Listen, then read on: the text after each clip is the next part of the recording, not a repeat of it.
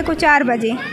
फिर परमात्मा बोले कि बस बेटी, जब से तू परमात्मा की शरण में आई है ना, तब से परमात्मा हमेशा तेरे साथ है, किसी के कहने में मत आना, परमात्मा हमेशा तेरे साथ है। फिर परमात्मा मतलब इतनी रोशनी निकल रही थी भगत जी, इतनी रोशनी, 2 दरवाजे बंद थे फिर भगत जी मेरे बोलते थे कि देखो अगर इतने वो हैं महान तेरे गुरुजी तो काहे को जेल में हैं।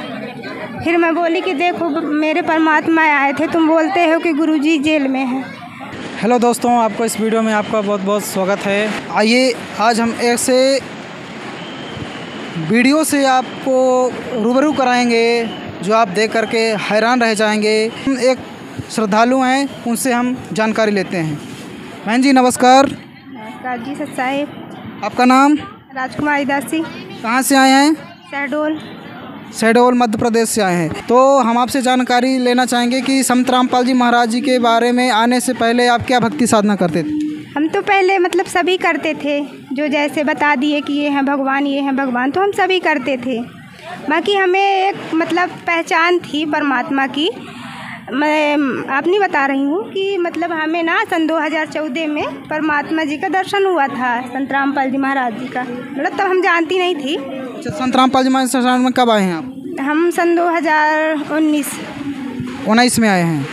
तो संत रामपाल जी महाराज जी के शरण में आने से पहले जो आप भक्ति साधनाएं कर रहे थे, तो अब आप संत रामपाल जी महाराज शरण में आ गए हैं, तो पहले वाली भक्ति तो कर ही रहे थे आप, तो संत रामपाल जी महाराज शरण में आने की क्या ज़रूरत पड़ी? नहीं, तो वही तो बता रही हूँ कि मुझे मतलब एक खोज थी कि मतलब सब तो बोलते हैं इतने सारे देवी देवता हैं। मेरे मम्मी पापा नहीं हैं, बचपन से उनकी डेथ हो गई है। तो हम सोचते थे कि इतने सारे देवी देवता हैं, किसकी भक्ति करें। कोई तो कुछ चढ़ाता है, कोई कुछ चढ़ाता है, हम लोगों के पास तो कुछ नहीं है, क्या चढ़ाएं। फिर हम ऐसे सोचते थे कि मतलब ऐसे कोई एक भगवान मिले ताकि हम एक के साधे, जैसे पुस्तक में आता है ना कि एक के साधे सब सधे, तो हमको बहुत अच्छी वो वाणी बहुत अच्छी लगती थी। तो हम सोचते थे कि मतलब ऐसे भगवान मिले जो मतलब एक ही के पूजा से सबकी पूजा हो जाए। तो जैसा कि आप बता रहे हैं कि आपको पहले से ही चाह थी भगवान को कि सबका मालिक ये कौन है, कहाँ रहता है, कैसे मिलता है, तो क्या संत रामपाल जी महाराज के शरण में आने के बाद वो भगवान की इच्छा जो जानने की आपकी लालसा थी, जो आपके अंदर उमंग था कि वो परमात्मा कौन है, सबका मालिक ये कौन है, सब कहते हैं कि भगवान एक है लेकिन उसका पता नहीं है, तो क्या वो संत रामपाल जी महाराज शरण में आने के बाद आपको वो जानकारी आपको मिली? जी, तो वो सन 2014 में जब ये मतलब सबका आ रहा था ना, राम रहीम जैसे हैं और आशा राम जी, इन सबका आ रहा था चैनल, तो हम पहले सीरियल देखा करती थी। तो उसमें देखा करती थी तो हमें ऐसा मतलब नफ़रत करती थी कि ये साधु संतों के पास कौन जाएगा। फिर संत रामपाल जी महाराज जी का भी सत्संग आता था शाम को, तो हम सोचे कि जैसे परमात्मा बताते हैं कि ब्रह्मा विष्णु महेश ना मतलब इनकी जन्म मृत्यु होती है, तो हमें मतलब इतनी नफ़रत थी परमात्मा से, गुरुजी से, कि गंदगी मन में आती थी कि क्या पूरे विश्व में इतने भगवान को भी चैलेंज कर रहे हैं, क्या यही इंसान बस इतना ज्ञानी है। फिर हम उधर पे ना मतलब बहुत बार रिमोट को दबाती थी कि ताकि सबका चेहरा आ जाए, बाकी मतलब इनका न आए। फिर मैं नहीं देखती थी।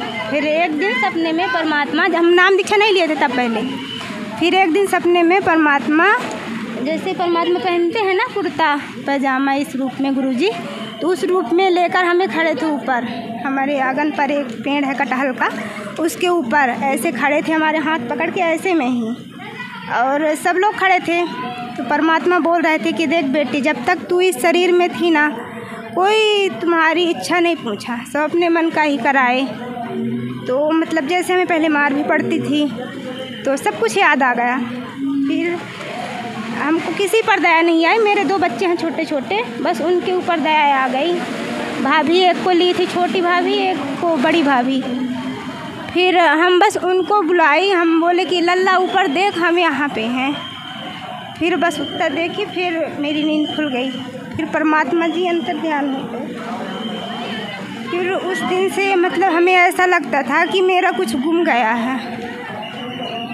फिर ऐसे ही मतलब कुछ में मन नहीं लगता। फिर एक दिन पुस्तक सेवा करने गए भगत लोग, तो हमें ये खोज थी कि मतलब इतना नहलाते हैं फिर भी इतना मार क्यों बजता है ना, हम तो कुछ नहीं बिगाड़ते किसी का। फिर वो अंधश्रद्धा भक्ति है ना, तो उसमें हम सोचे कि इसमें नहलाने के लिए कुछ लिखा होगा। हम पढ़े लिखे भी नहीं हैं, तो हिंदी पढ़े हैं, बुआ जी मेरी पढ़ाई थी, तो हम सोचे इसमें तो ज़रूर लिखा होगा। तो फिर हम बैठे थे पड़ोस में, तो वो लोग तो किसी ने नहीं लिया। फिर हम पूछे कि भाई मेरे लगेंगे, मेरी जिज्जी का जेठानी का भाई गए थे, तो हम उनसे बोले कि भाई ये किताब कितने की है? तो वो बोले कि 10 रुपए की। हम सोचे ये भगवान, इतनी मोटी पुस्तक ये तो आज नहीं मिलती, मतलब कि कितनी महंगी है, तो 10 रुपए। फिर मैं वहाँ पे उनसे मांग के 10 रुपए और ले ली। फिर उसके बाद फिर उसे पढ़ने लगी। फिर वो जीने की राह में परमात्मा का आता है ना तस्वीर, तो हम जैसे देखे ना, तो हम बोले कि मैं इनको जानती हूँ। तो बोले कि कहाँ देखी हो? तो हम कहा हम देखे हैं, जानती हैं। तो बोले कि कहाँ पे? हम कहा कि टीवी पे। तो बोले कि देखती हो? हम कहा हम नहीं देखती हैं। तो बोले कि देखा करो। फिर देखने लगी। फिर नाम दीक्षा लेने को सोचने लगी, तो सब लोग बोले कि अभी उम्र थोड़ी ना है। तो मतलब हमें हम अपने को देखी थी, मतलब अर्थी पे भी लिटा दिए थे।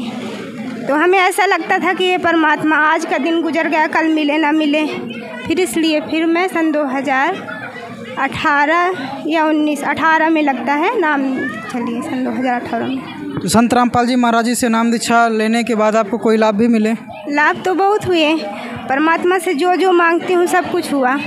एक बार नाम दीक्षा लेने के बाद मेरी भाभी मेरे को चैलेंज करी थी कि ज्योति जलाने लगी, तो बोले कि जलाने लगी तो शायद वो देखेंगी भी तो याद आएगा।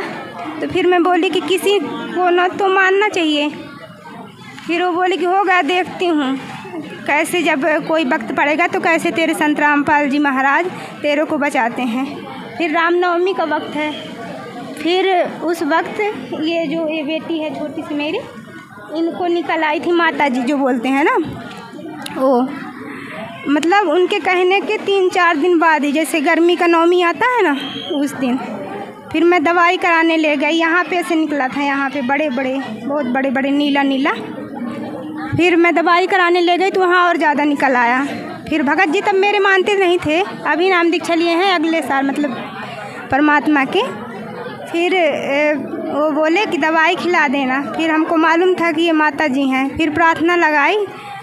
फिर वहाँ से नंबर आया, मतलब नंबर बताते हैं, तो फिर उसमें नंबर आया 111। तो हम जैसे पढ़े लिखे नहीं हैं तो हम नहीं जानते थे कि 111 कितना होता है। फिर मैं अपने भगत जी से पूछी कि भगत जी 111 कितना होता है? तो बोले कि काहे को पूछ रही है? तो मैं बोली कि एक इंसान पूछ रहा था, तो शायद कोई पूछे तो फिर नहीं बता पाऊँगी। वो बोले कि 3 ठे 1-1। फिर मैं उनके वहाँ कमरे पे गई और 3 ठे 1-1 लगा दी। फिर जब सुबह हुआ परमात्मा का आदेश पता करने के लिए, तो 3 ठे 1-1 लोड करके मोबाइल पे और लगाने लगी। फिर वो नहीं लगा।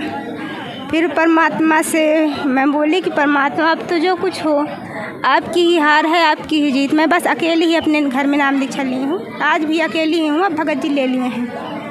तो फिर परमात्मा फिर उस दिन आए थे, जैसे मतलब आज प्रार्थना का आदेश ली ना, इसी दिन फिर परमात्मा आए। तब मैं ज्योति नहीं जलाती थी, मेरे भगत जी नहीं जलाने देते थे। तो फिर बोले परमात्मा की बेटी तू प्रार्थना लगाई थी तो तेरे बेटा बेटी खुशी है ना? तो हम बोले कि जी। सुबह को 4 बजे फिर परमात्मा बोले कि बस बेटी, जब से तू परमात्मा की शरण में आई है ना, तब से परमात्मा हमेशा तेरे साथ है, किसी के कहने में मत आना, परमात्मा हमेशा तेरे साथ है। फिर परमात्मा मतलब इतनी रोशनी निकल रही थी भगत जी, इतनी रोशनी, 2 दरवाजे बंद थे फिर भी। फिर भगत जी मेरे बोलते थे कि देखो अगर इतने वो हैं महान तेरे गुरुजी तो काहे को जेल में हैं। फिर मैं बोली कि देखो मेरे परमात्मा आए थे, तुम बोलते हो कि गुरुजी जेल में हैं। फिर अब धीरे धीरे वो भी मानने लगे। लाभ तो अनेकों ऐसे लाभ होते हैं कि परमात्मा हर दिन चमत्कार करते हैं। सब कुछ हो गया, घर में नाम दीक्षा ले लिए हैं। और ये बच्चे जो है ना, इसको मिर्गी आता था, मिर्गी का दौरा। अगर थोड़ा रो दे तो हाथ पैर लुंज, आँखी पूरा जैसे कि मतलब सांस ही बंद हो जाती थी। तो पहले मैं जब नाम दीक्षा नहीं ली थी तो परमात्मा से बोली थी, जब मैं नहीं देखा करती थी तो मैं बोली थी कि अगर तुम इतने ही सक्षम हो, इतने मतलब कि बताते हो कि मैं उस दास हूँ उस परमात्मा का, तो ये मेरी बेटी ठीक हो जाएगी तो मैं तुम्हारे शरण में आऊँगी, अपने तीनों बच्चों को लाऊंगी। तो फिर वो 3 मतलब साल भर ठीक रही, फिर मैं नाम दीक्षा ले ली साल भर बाद। तो आपके जैसे दुखी परिवार इस संसार में कष्ट उठा रहे हैं, तो आप उनको क्या संदेश देना चाहोगे? हम तो यही देंगे कि ये काल का जाल है, यहाँ अगर कोई समझाए भी ना तो भी काल भगवान दूसरे को भेज देता है ताकि ये बता ना पाए। तो किसी का ना माने, परमात्मा की पुस्तक है ज्ञान गंगा, जीने की राह बहुत सारी हैं, और साधना चैनल पे भी आता है 7:30 से 8:30, बहुत सारे चैनल हैं, उस पर सत्संग आता है। सब लोग देखें और अपना कल्याण कराएं।